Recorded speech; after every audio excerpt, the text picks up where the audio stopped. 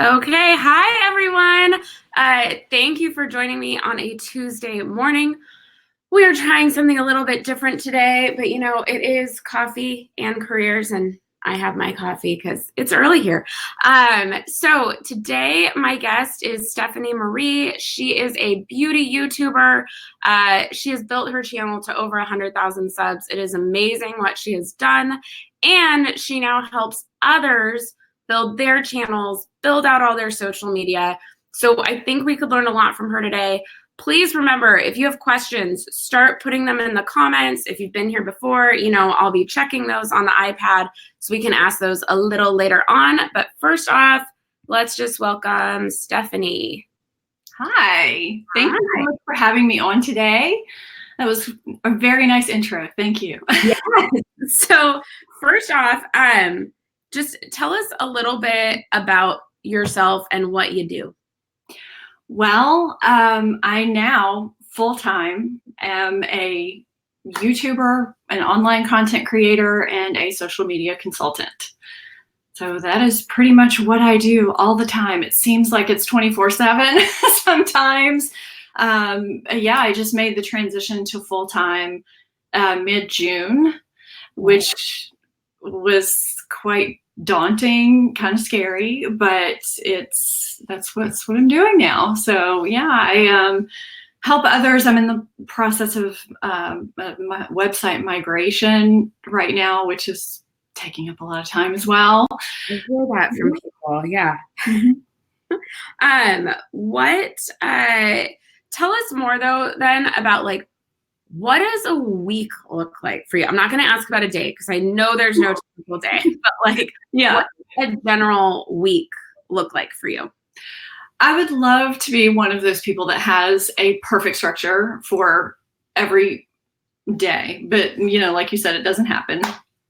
So a week, I put out regularly. I try to put out 2 YouTube videos a week. So I usually I try to batch film. So I usually will film on Mondays, sometimes Wednesdays or Fridays. I edit usually Tuesdays and Thursdays. I have videos that go live on Sundays and Thursdays. Those are my usual live video days. So there is some work involved on those days because I try to be engaged with my community. Right. So you're working on the weekends too, a little bit, because I want to be in my comments.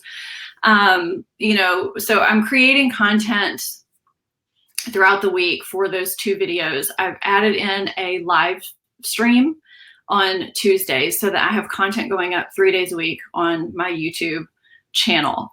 I also run a blog, so I've been trying to be more active on my blog as well, and it kind of supplements my YouTube channel. So I've been putting up weekly fashion and beauty deals that I hunt out for my blog subscribers that goes out on Sundays, sometimes Mondays, usually Sundays.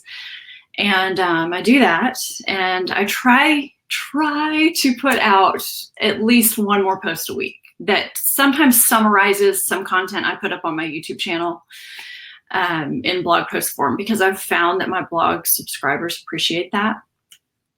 There's Instagram content that goes along with the YouTube content, as you know, because that's how we met through all of this. But yeah, that's Instagram. And then I also, with the social media side, have a private Facebook group for people that are wanting to grow their social media presence or start or grow a YouTube channel. So I post to that Facebook group. I try to see what's going on in there because I encourage them to be engaged with each other as well. So with that, I also have a social media website that is The Social Savvy. And I've had a course on, I don't want to get too bogged down in the weeds. I want to be more active with putting out content for that and having more resources. So that's where I'm trying to kind of hone in on a weekly schedule so that I can at least every so often put out more content for that. So I'm in the process of changing some direction with that website right now. So, the weekly schedule, it doesn't always happen because of working with brands and things like that come up, and there's deadlines involved that, have to change things. So, there is kind of a regularity, but it's not always perfect. Yeah, no, that makes sense. Because even, I don't work with brands, but like there are still things that come up that all of a sudden change the focus of what I'm supposed to do that week. Also, let's mention, you have a family, you have kids who seem to have a lot of activities. Yes. Well, and my son is off to college, which is a new thing that happened this summer. And I do have a 14-year-old, very active daughter. Okay. And she has friends over sometimes, and that will completely throw off my schedule, or I'll have to take her somewhere. I'll just use today as an example. Today was supposed to be a filming day because I'm a little bit behind schedule. I have YouTube friends who fly by the seat of their pants, and that is not me. I'm a planner. I have a content calendar planned out at least a month in advance, sometimes 2 or 3. And it fluctuates, but I have my ideas kind of laid out, and I will try and film, like I said, 2 or 3 videos ahead if I can. But I have, friends that will just, I don't know what I'm going to film tomorrow, that kind of thing, which blows my mind. Well, I right now don't have my video filmed for Thursday, and it's killing me because it's Tuesday. And that's just because of things that have happened along the way. I have a window right here, so my lighting's a little Don't worry about it. But, and here it is Tuesday, and I have this morning, my live stream at noon, and at 3:00 I'm doing carpool for my daughter's dance team. And so I have all these little interruptions during my day, and that video may or may not be filmed today, but it may be filmed tomorrow. Yeah. Things happen. Gotta roll with it. Kind of have to roll with it sometimes, Kills me, but you have to. I understand. No, I was having a mild panic attack all weekend of like, I need to film all of November because I'm leaving today for Vid Summit. So if anyone on here is watching who's going to Vid Summit, Vid Summit. You need to come. I know. I do need to come. That's on my social media bucket list for sure. So I will say, since you'd have to wait a whole year for Vid Summit, come to Video Marketing World in Dallas. When is that? That is in April this year. And it's awesome. We'll talk more about that last year. You need to go to that. And I like that you're using your FabFitFun mug because I almost used mine this morning. I love this mug. It's a great mug because it's bigger. Great. Okay, so let's go back. So I want to go back even to like your first job. Because I have a lot of people who are still in college or just graduated. I will say my audience runs the gamut, but for those of you who are younger and like just starting out, I would love to hear for them. What was your first job? I won't go back to high school because I worked in high school too. I had little, jobs in high school. And in college, I did the work study thing. Okay, yeah. I had a partial scholarship, and part of that was work study. And so I worked for the dean of the library for a while. And then I also worked at Victoria's Secret, which was interesting to say the least. Sure. Yeah. So those were my 2 jobs in college. Okay. That I did. And then you want me to go on to after college, my first job after college? First off, I would love to know from that, is there anything from either of those jobs that you've taken with you into the work you did after what you do now? And it could be something simple or it could be something deep. It doesn't matter. Well, I would say, and I think because I did get to watch a little bit of your previous live, and I think I totally agree with you about everyone needs to work in the service industry in some capacity, because I also worked in the service industry when I was in high school.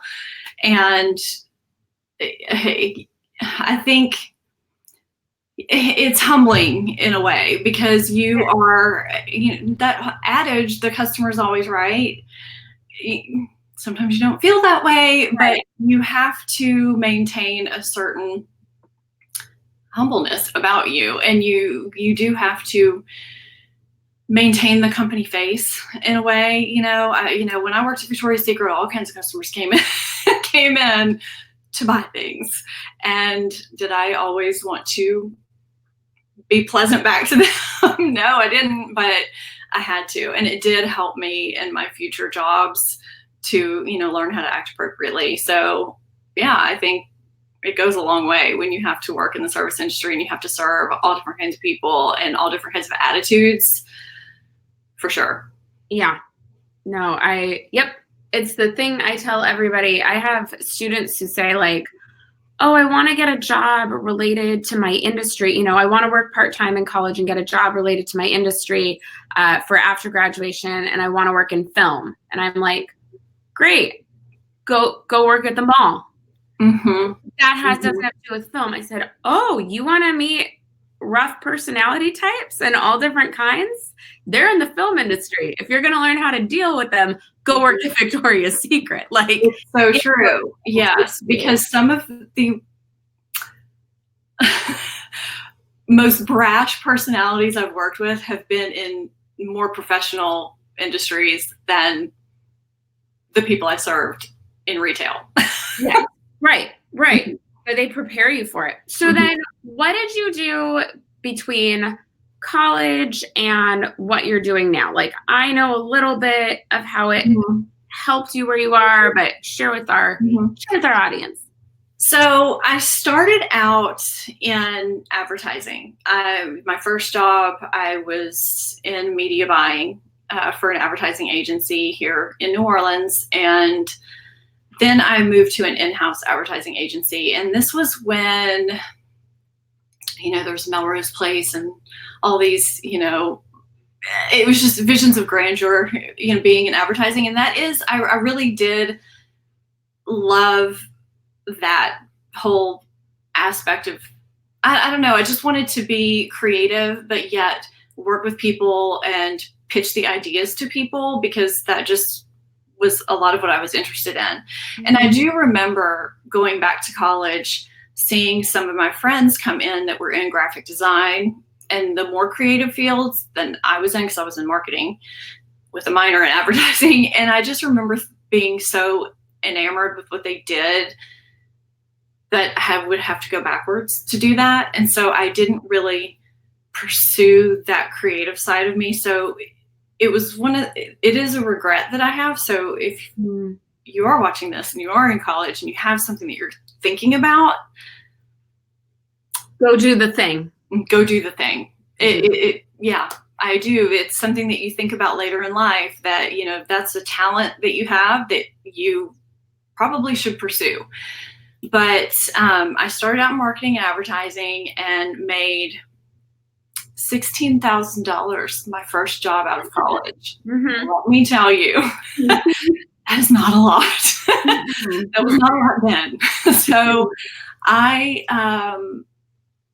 worked several years, but once you start out in advertising in a certain division of it, you're kind of pigeonholed into that division. And so I wasn't in the account executive side, which is where I wanted to be. I was in the media buying side, and that's not the creative side. That wasn't where I wanted to be.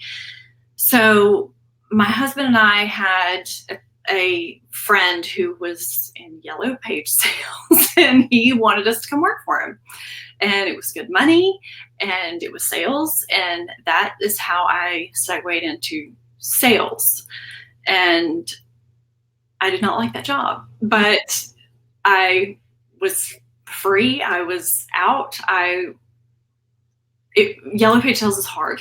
Yeah, it was. Of course, nobody uses the Yellow Pages now. It's all internet stuff, No, but I find it so interesting that you say, I'm like looking for my phone to look up their name. There's these twins that are they twins or are they just sisters that look like? Anyway, there are these graphic designers in Orange County. These two girls, they're getting huge now, and they do super great stuff. And I heard them talk. When they were first starting their company, And this is like 5-7 years ago. Mm-hmm. To make ends meet, they worked for like a penny saver kind of a thing. Like, Yeah. of just like, they worked for these mailers and making these, you know, not the designs they wanted, and they had to do the sales part too, but they talk about like it got them what they wanted. Yeah. And you learn a lot from those jobs. You really do. And I just remember, I mean, we called in everybody from mechanics to attorneys to physicians. I mean, everyone. I mean, sketchy neighborhoods, great neighborhoods, office buildings. I mean, we went all over town, and here I was, you know, this 20-something little blonde girl, you know, just going everywhere. And it was fun, but it was very tedious, very tiring. And this was right when the Yellow Pages was starting to move into the internet. And so we kind of got in on that side of things right when it was becoming a thing. And somehow, and I still don't really remember how, I got this opportunity to interview for a medical surgical equipment job. I mean, right out of the gate, surgical equipment, orthopedic, trauma, sales, and I got the job.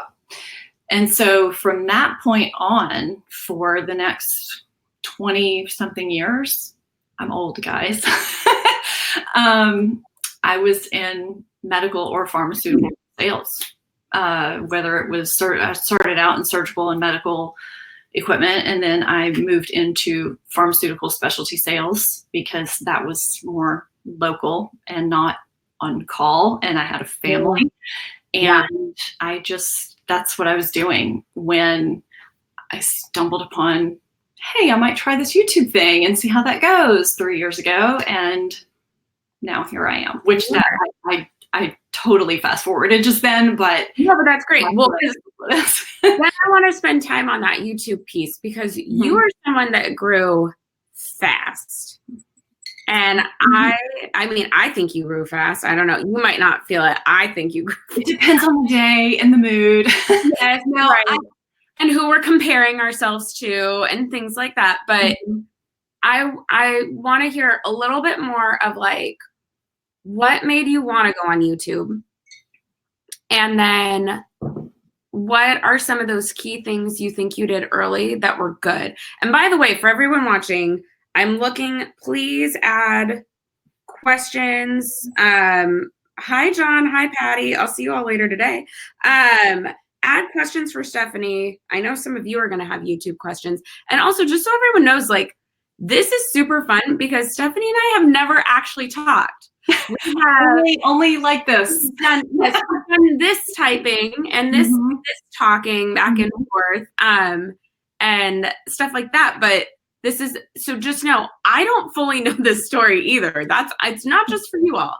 I want to know. So again, how we got on YouTube and what are some key things you think you did in the beginning that were smart? Yeah.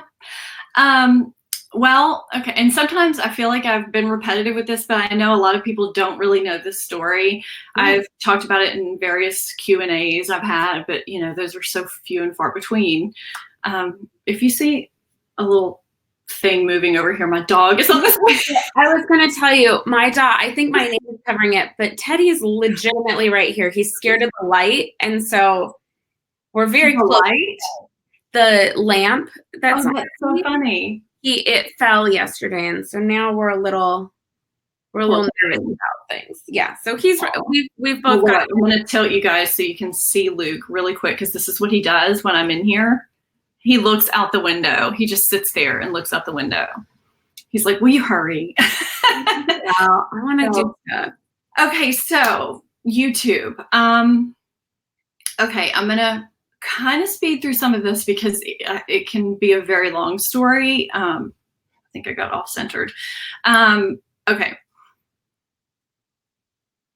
Let's see. I guess before 3 years ago, several years ago, we had a traumatic event in our family, which in this, I'm going to kind of go through this kind of fast. We Yeah.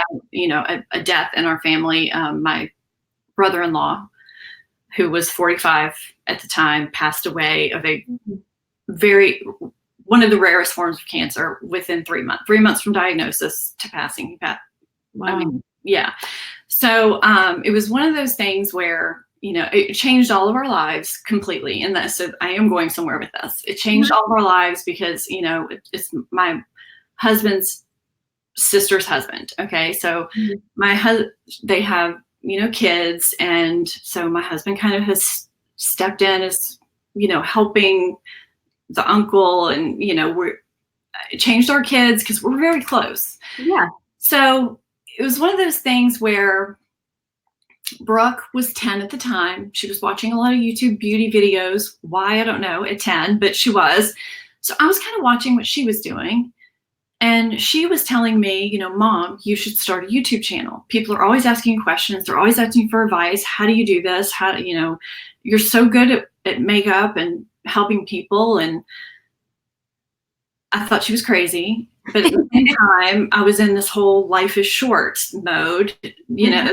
This had been going on for weeks with her and months with her watching these channels. And I don't know, I was kind of watching these videos and I realized there was this niche that was completely untapped. There were 20-something-year-olds, tons of 20-something-year-old channels, right? And there were channels that were in their 50s and older, a few. There was nothing in the middle. Nothing in the middle. Nothing for that upper 30s, mid 30s, 40s, where all these changes happened. My God, you don't even know what to do. You've got people that are still doing their makeup the same as when they were 20, and they don't know how to take care of their skin because things are just changing and things are sagging, and what do they do? Yeah. And so I started to see that there was a place, because I was seeing people asking questions and not knowing what to do. And after he passed away and we were kind of in this mode of, everything's changing and what is happening and what is life and, whatever, I was like, you know what? Life is short. I am going to do this. Because I was scared of failure, right? Everybody's scared of failure.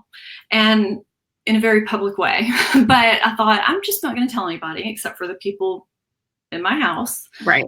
And if it fails, it fails. If it doesn't, then I'll tell people and we'll just see what happens. And so I just propped up some books with my iPhone and started filming. I don't even remember what my first video was, but I just did it. And I used the light from my bedroom window, and I cringe at my first videos, but I did it.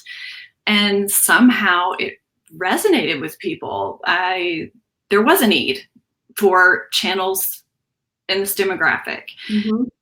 And so that's how it started. And I think in terms of what I did that was different, and I do realize that I did grow quickly. I don't think, it was a viral growth the way some of these channels do that are, doing all the challenges, and they're in the 20s, that are in their 20s. And right. Because I think that, I started my channel at first it was for women who were in their 40s, because I just turned 40.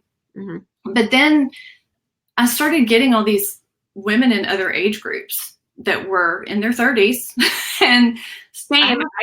I got a bunch who were in their 40s that were like, can I still watch? Because here I have a channel that's like basically defunct now called 30 something beauty, and that's how we met. Mm-hmm.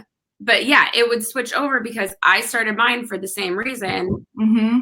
It was kind of funny. I started mine because I wasn't finding anything. Nothing was coming up in search. Mm-hmm. And then after I started it, I found you like 2 weeks later.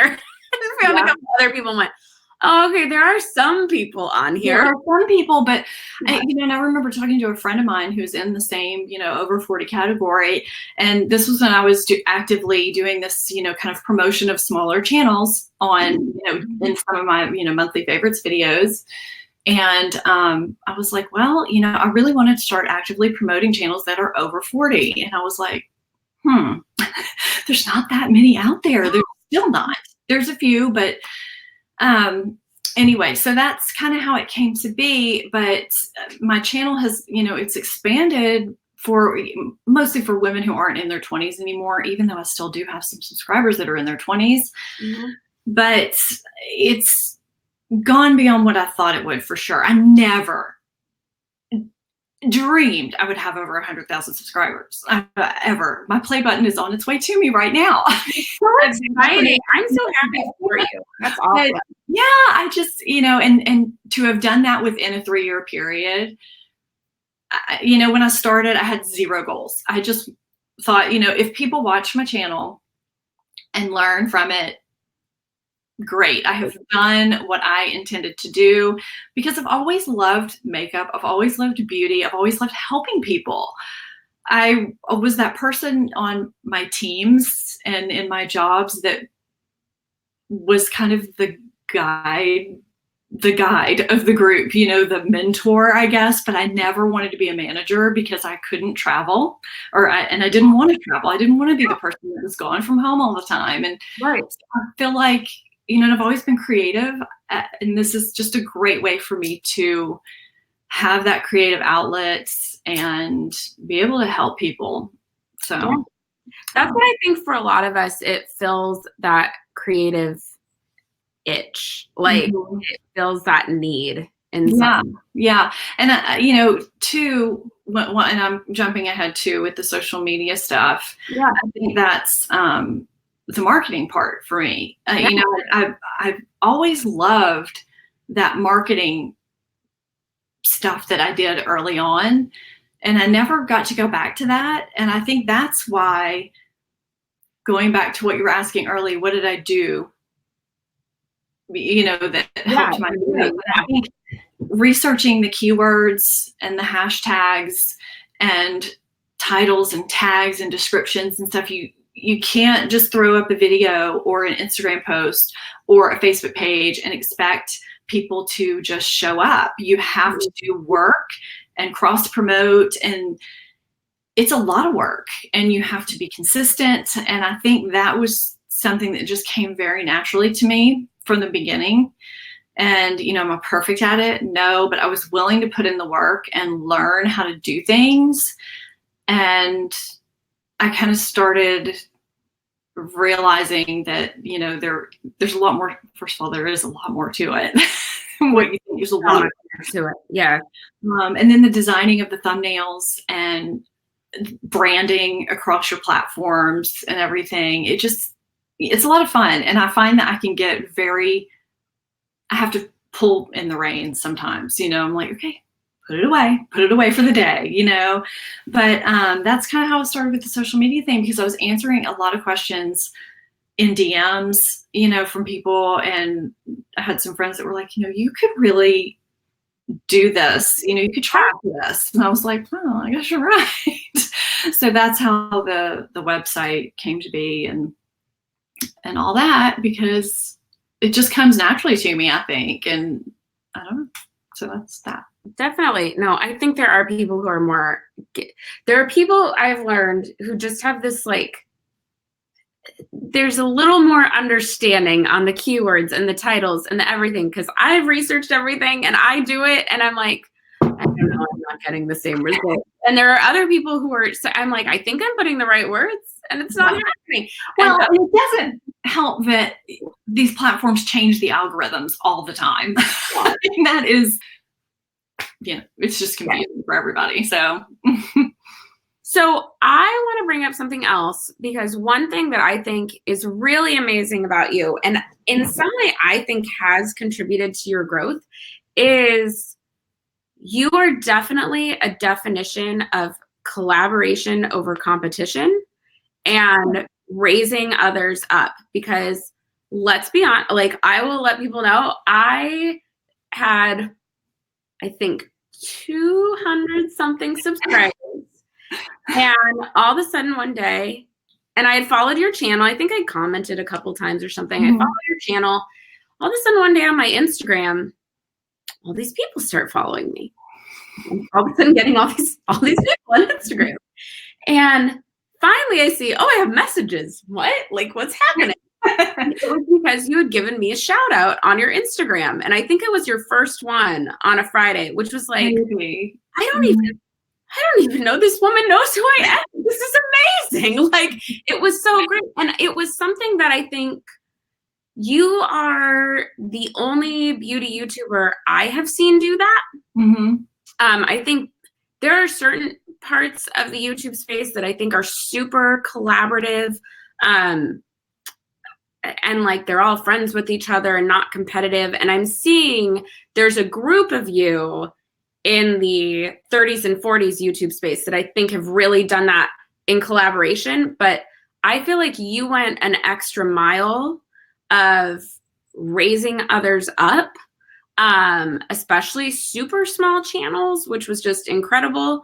And I want to know, like, I don't even know if you can answer this or not, but first off, what spurred you to do that? And how do you fight that competition feeling? That might be more with the people you've collaborated with. Yeah. But how do you get over the competition feeling? So addressing the smaller channels, I think I just remembered, well, I think a lot of it goes to helping people grow. There's this innate feeling of knowing what it's like to be a smaller channel. And, no matter how much I grow, I can only speak for myself. I just remember what it was like to be a smaller channel, not understand the ropes, and how good it felt when someone would shout me out. I just remember thinking, oh my gosh, what, and I remember, what you were saying about, where is this coming from? What has happened? Yeah. And I just remember how good that felt, and wanting to do that for someone else is, I don't know, I just wanted to do that for someone. Yeah. Or for people. And actually, I haven't done that in a while. And you reminded me, I need to do that. Life has gotten crazy. But I just, at the heart of everything, I just think it's so important to give back in some way. And that was just, to me, and is a small way to give back.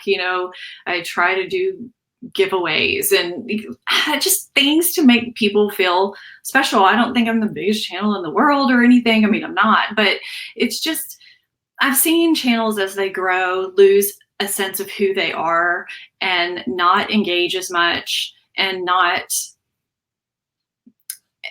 kind of forget that the reason why they grew is because they engaged with their followers, with their subscribers, mm-hmm. with their community. Mm-hmm. And, it's funny because I'll get emails from brands and they'll ask me, about collaborating or getting PR or whatever. And they constantly refer to my people as, your audience. Uh-huh. And I always, almost to a fault, refer to my community as my community. Mm-hmm. Always. And I think that, in these emails, I probably should refer to them as my audience, because it probably will sound better to the brand, because that means they're going to, get their product to more people if it's referred to as an audience. But to me, I've worked really hard to build a community. Mm-hmm. And I like having a sense of community because I like seeing people engage with each other in the comments. I like engaging with people. It gets harder the bigger I get. And that's why I started, there's a new platform I'm testing out that. I think you announced that the other day. Yeah. And I had a friend text me and she was like, that seems really time consuming. I was like, well, I kind of want that too. Oh no.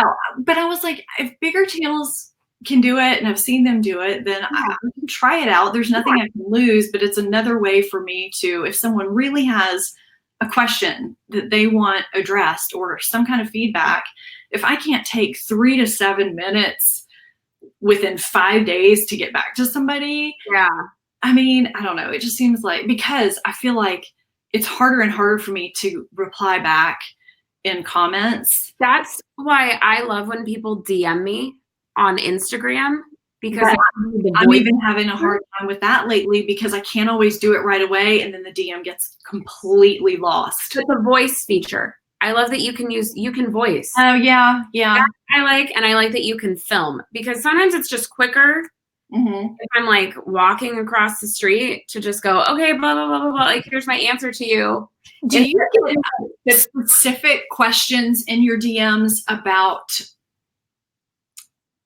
things that work specifically for people? Because I get stuff like that sometimes, and I'm like, I can't answer that because it takes too long. That I totally understand. And I agree, like, with the commenting back to people now, I have to block time in my calendar to go through everything. And I used to try and be within 24 hours, and now it's like, nope, it's impossible. Yeah. And it's hard. It's kind of a catch-22, because if I wait too long, then they pile up too much. Yeah. So it's hard. If you tackle some each day, it's hard. So yeah. And then I know some people have sourced out their comments with, and I cannot bring myself to do that, because to me that goes against every bit of the whole community thing that I've worked for. So, going back to, I don't know. So that I hope that kind of addressed the channels and the shouting out and all that. And then, the competition thing with people, just among, I guess, of similar size or whatever. I think it is just human nature to compare yourself to people. It really is. And I think that's hard, to not just be like, well, she grew this much this day, and, I only grew 10 or whatever. That is totally normal. Mm-hmm. And I think I've done a lot of self-reflection over the past year to try and really get in a good place with that, because I feel like as you are growing, or, you're kind of getting to a certain point, it's really easy to get into that comparison game. And I have a good network of friends where we kind of talk each other down when we get into that headspace. And, I have had some things happen this year just on a personal level. Mm-hmm. And I think that has kind of helped me, reflect and reframe things, when things have gone into that headspace. And you can really only compare yourself with yourself. Everyone's on a different path. Everyone has different channels, different videos, where if you are doing better than you did yesterday and striving for more, that's really what matters at the end of the day. I mean, and I think sometimes I do that to a fault, because I just, want to do more and more and more. And there's only so many hours in the day. So, yeah. Yeah. I think we all need the talk us off the ledge friends. Yes. Yeah. I have two people. I texted two people yesterday and was like, I need you to tell me it's okay, that I'm okay too, and this person isn't that much better. Like, come on, like, and not that they're not better, that's not the right way of saying it, but like, to just stop the comparing. Mm-hmm. It's human nature, but you do. I mean, I've had to be talked off the ledge. I've had to talk people off the ledge, and I think as long as you're at that point at different times and you're not there at the same time, that's when it's off the ledge. Yeah, but it's important. I mean, even our idols, the people that we think are perfect and never get like that, they've gotten like that too. And I think it's important to recognize that in yourself, and realize, as long as you get back to realizing there's only one you are unique, and you're not just like, Sally, Joe, or Mary, and you just have to make yourself better every day. Yeah. I like, he probably got it from someone else, but Sean Cannell talks about that he's like, I just want to be 1% better. Yeah. 1% better every day, and like 1% better in the channel every day. And I'm like, okay, yes. I think that's great. Yeah, and I think that that's something I always try to tell myself with the content that I put out is that I always want to bring value to somebody in some way. And that's why even when I'm putting out something as silly as what I bought, a haul, a Sephora haul or something, I don't ever like just doing a haul. I see people doing those and that's fine, but I always want to bring them more. Because what is going to bring them value? What did these work for me? What didn't work? What worked and why? And I think that's something that hopefully I bring that is different and not frivolous and not just putting out a video to put out a video. Right. And I do see a lot of channels that put out content just to put out content to fill space because they're supposed to have a video that day, but it's not valuable content. And so I would rather just not have a video on a Tuesday or Thursday if it's just going to be filler. Yes. And thank you for that, because we can tell when they're filler. Like, I'm saying, like, when people are there are certain videos that I go, does anybody really care about how many? I don't know. I'm not going to name anything, but there are just certain ones where I go, you couldn't come up with an idea. You didn't have anything to review. You can come up with a good idea, like something that was keyword friendly, but you needed something. It's like, I'd rather just skip you that day.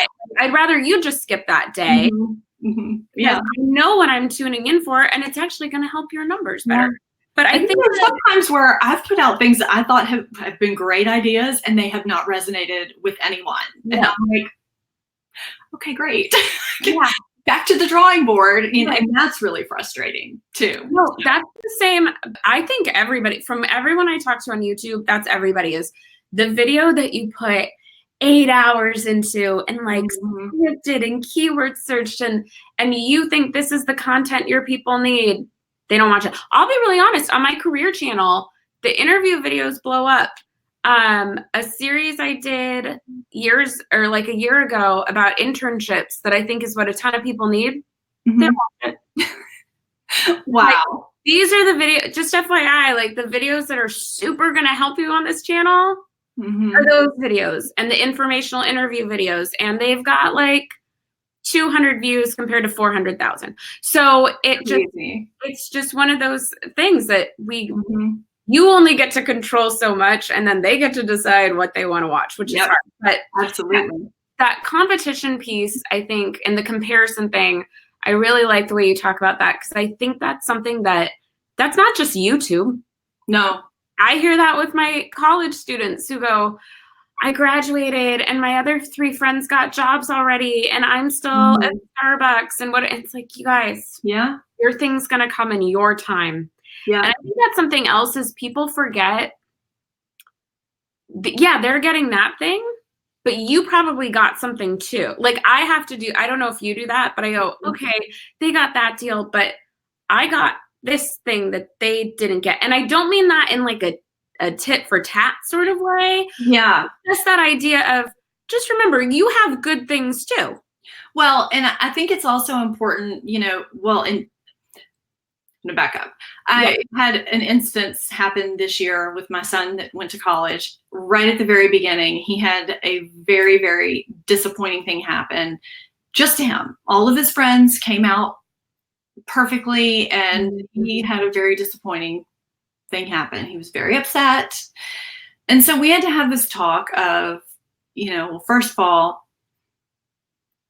I have 2 kids that have had a traumatic event happen in their life. So they have pretty good perspective. Not every kid has that, right? But, we had the talk of, this isn't the worst thing that's happened to you.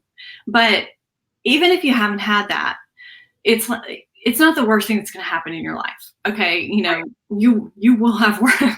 The good news is you'll have worse. There's going to come another day. Everything that happens to you, I'm not a big, everything happens for a reason, but it sets you on a different path. So you may think that this is a horrible thing right now, but this is setting you up for something that will happen later that is right for you. So I've had disappointing things happen in my life but I would not be where I am now had things gone in a different direction.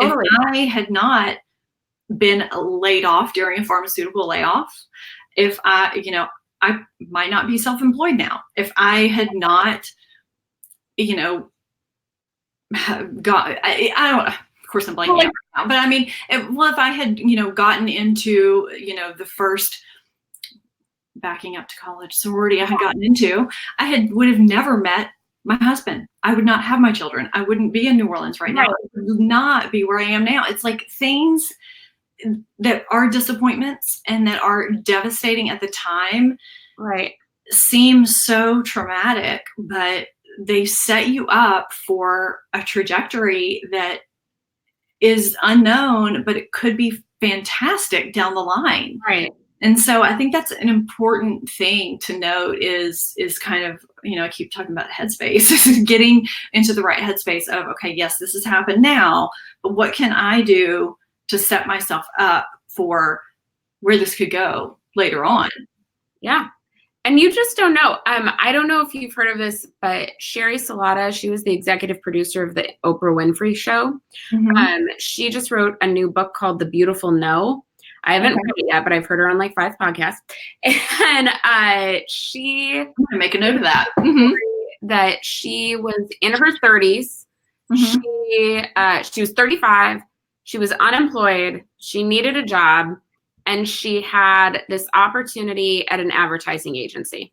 And everything told her she was going to get it. I mean, like, they had said, you're the person. This is great. We want you. She even, she said she went out and already had the celebratory drinks with friends and like, this is mine. I've got a job. Like, I'm set.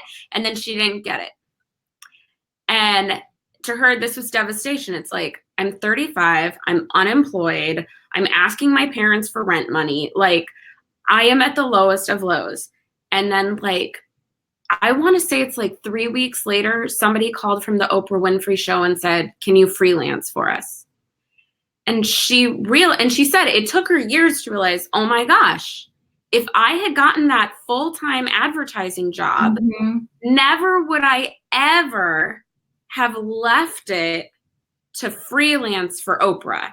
And she freelanced her way to executive producer of the show. Like, it's just, there are those crazy things that, yes, like, similar to you saying, if I'd gotten into that sorority, which I'm sure at 18 or 19 was devastating, your world was over. Your social life was done, right? I know. I mean, like, I wouldn't have met my husband. Like, that's... I mean, it's, I mean, I didn't get into my, my first choice. I got my second choice. It's like so ridiculous. But it's, but at the time. That's life. Like, that's what waits it. But yeah, I love that looking back to and being able to see like exactly how things are laid out. I 2 jobs ago, I've had numerous friends get laid off. I mean, the pharmaceutical industry and layoffs, I mean, they go hand in hand. And I'd had numerous friends get laid off, and I had never gone through one. And I was laid off, I don't know, a few years ago. And that was the first time in my life I had ever not gotten a job right away. I mean, isn't that just the way it goes? It took me 4 months to find a job, which had never happened before. And now I had severance, but you don't want to use all your severance. No, totally, yeah. That was a struggle. And I was doing YouTube at the time, on the side. And I think this is when it had gone beyond a hobby into, kind of a side hustle kind of thing. And so I was doing stuff, but I was not doing enough stuff to where I didn't have to worry about money, right? So I ended up getting a job right before the beginning of the year. So, I ended up working for this company this is the job that I quit in June. So it was good at first. And then I started realizing, it's not, this is not the job for me. I mean, it was fine until it wasn't fine. Totally. A lot of turnover and just things. I won't go into it, but it was just to a point where I knew I needed to leave. And thankfully, it was allowing me to do what I was doing on the side and still build things up. Yeah. To where I had surpassed that income with what I was doing on the side. And so that's when I looked at my husband and I was like, you know, what I'm passionate about, I think that I could do this, like for real, do this. And what I find that is never covered anywhere, I really don't see anybody talk about. I think I've seen Roberta Blake mention it maybe once. Is and I see a lot of younger people make this mistake. Is, you know, once they start making as much as they make, they just, you know, quit, you know, their corporate or their full-time job. But there's these hidden costs that you don't think about. And maybe I was a little more conservative than most people because I do have the kids and the house and whatnot. But I was also not on a teacher's salary. Let's say I was bringing in almost half of the income into this house. Right. So I didn't want to just assume everything was going to be fine if I just met my income in half, or met my income that was the same. Right. There's 401k, there's health insurance. There's health insurance alone is like, okay, add more. Yeah. And so you have to really go quite a bit above to realize those hidden costs. Yeah.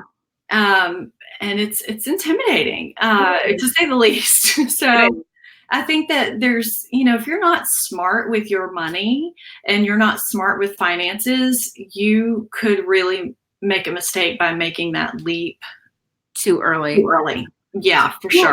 Even I would say, so I love that you brought that up because I think that needs to be talked about way more. Because people don't think about it, but I would say so the financial piece is most important. I'm not denying that, but I think also I think sometimes people don't realize how much emotionally they get out of the social aspect of work. For sure. And I've had times, because since I used to work in television, I freelanced. And so I would have 5 months of nothing. And you think, and like, I thought I was going to start a professional organizing business. And oh my gosh, I think every woman I came this close to doing that probably 6 or 7 years ago. Yeah. Like I signed up with the National Association of Professional Organizers. This was going to be my thing. But like, hilarious. People don't realize like how much discipline it takes when you're cramming in this kind of stuff in between your full schedule. You find a way to make it happen. When you all of a sudden have a whole day, you have to be especially in the beginning, when you don't have a ball rolling yet, when there's no momentum yet. Yes. Or very little. It takes a lot of discipline to say, I'm going to work today. And then just the lack of interaction with people. I have a friend who is a very successful photographer. She does I see her doing weddings or more than one wedding every weekend. I know how much photographers can make off that. And I saw her the other day and I was like, hey, why haven't you quit because I know she has a full-time sales job. I'm like, why haven't you quit the full-time job? You clearly could. And she went, I like routine. Like she knew, and I give her credit. She was like 24 and she knew, like, I like routine. I like that I have somewhere I have to get up and go every morning. I like that I know what I'm doing that day and that I fit in editing at this time. And I just thought, man, you're smarter than a lot of your peers, because most people just go, I can have the freedom. I want the freedom. And for sure. It's a lot. I know. I was talking to my friend, Michelle Wong, who actually made the transition around the same time I did. Right. So, she and I were talking yesterday, as a matter of fact, And she made the statement that I was actually thinking as well. She goes, I thought when I made this transition that I was going to have all this free time. And she goes, I feel like I'm have less free time now that I'm doing this full time than I did when I was working full time and doing YouTube on the side.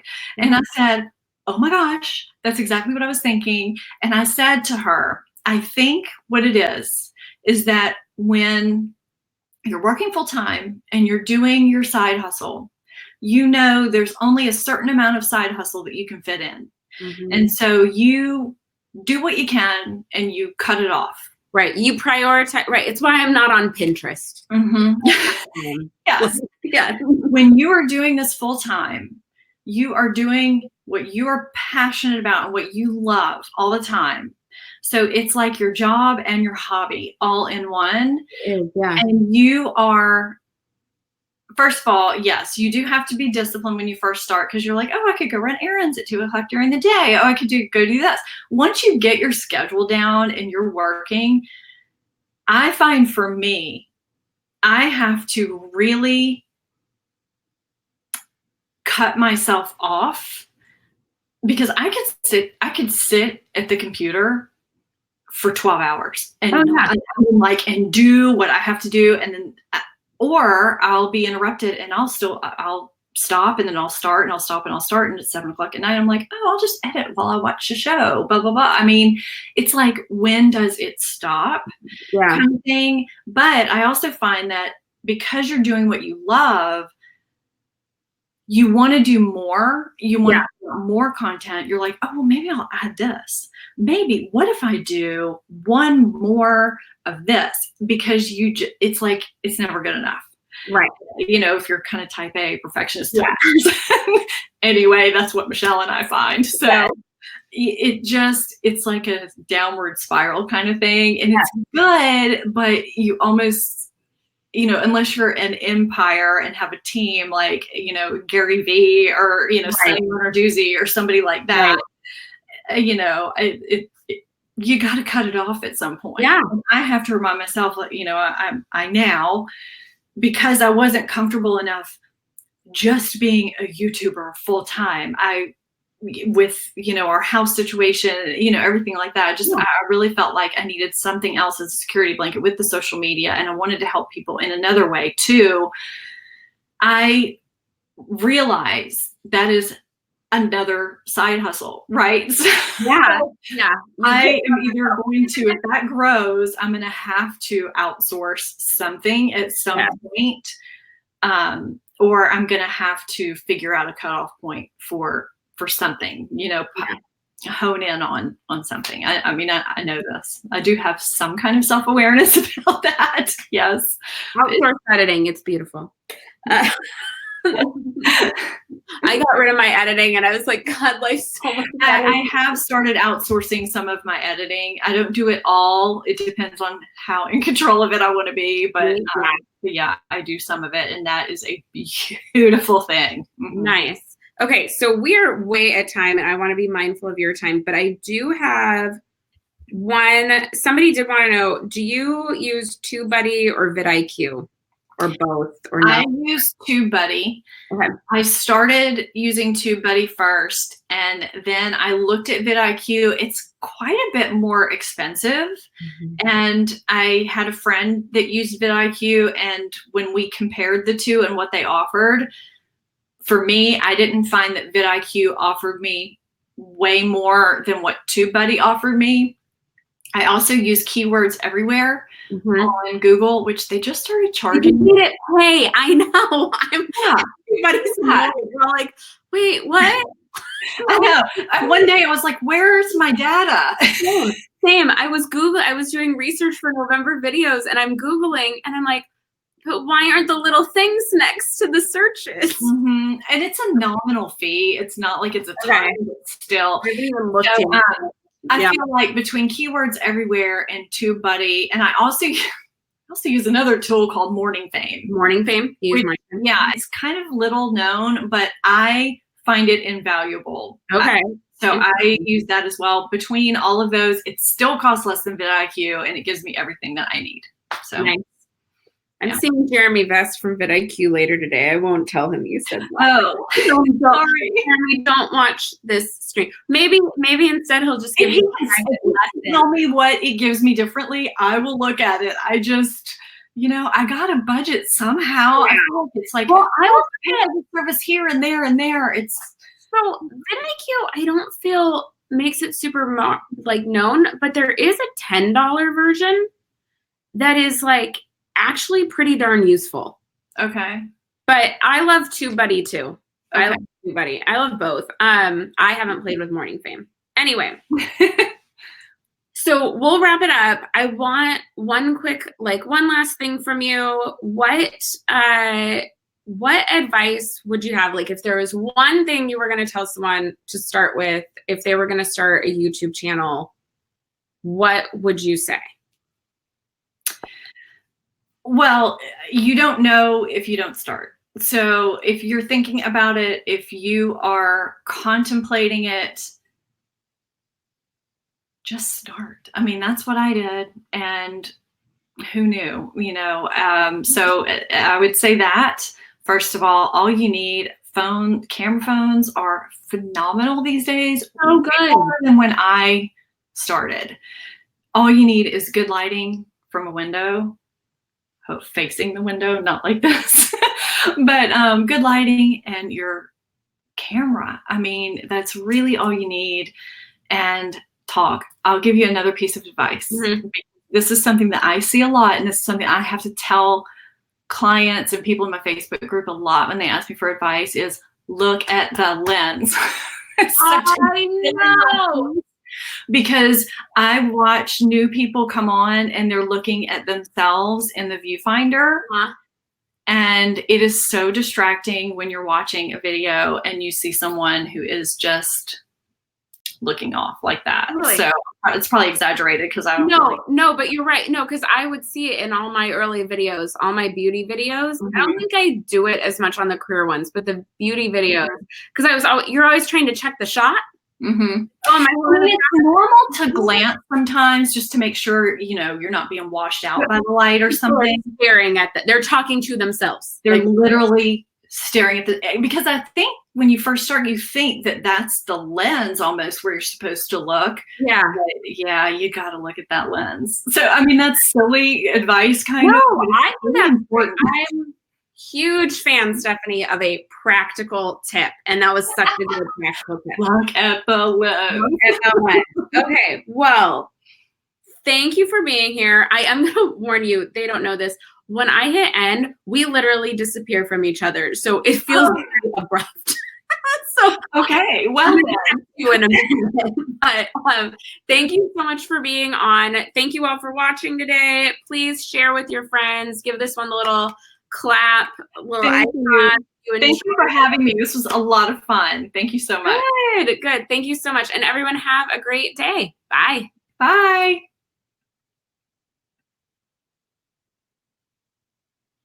It's stopping. It's taking a minute, y'all. We're still here. It takes forever to turn off anytime. The awkwardness at the end. You guys, they don't want us to leave. We're just supposed to interview all day.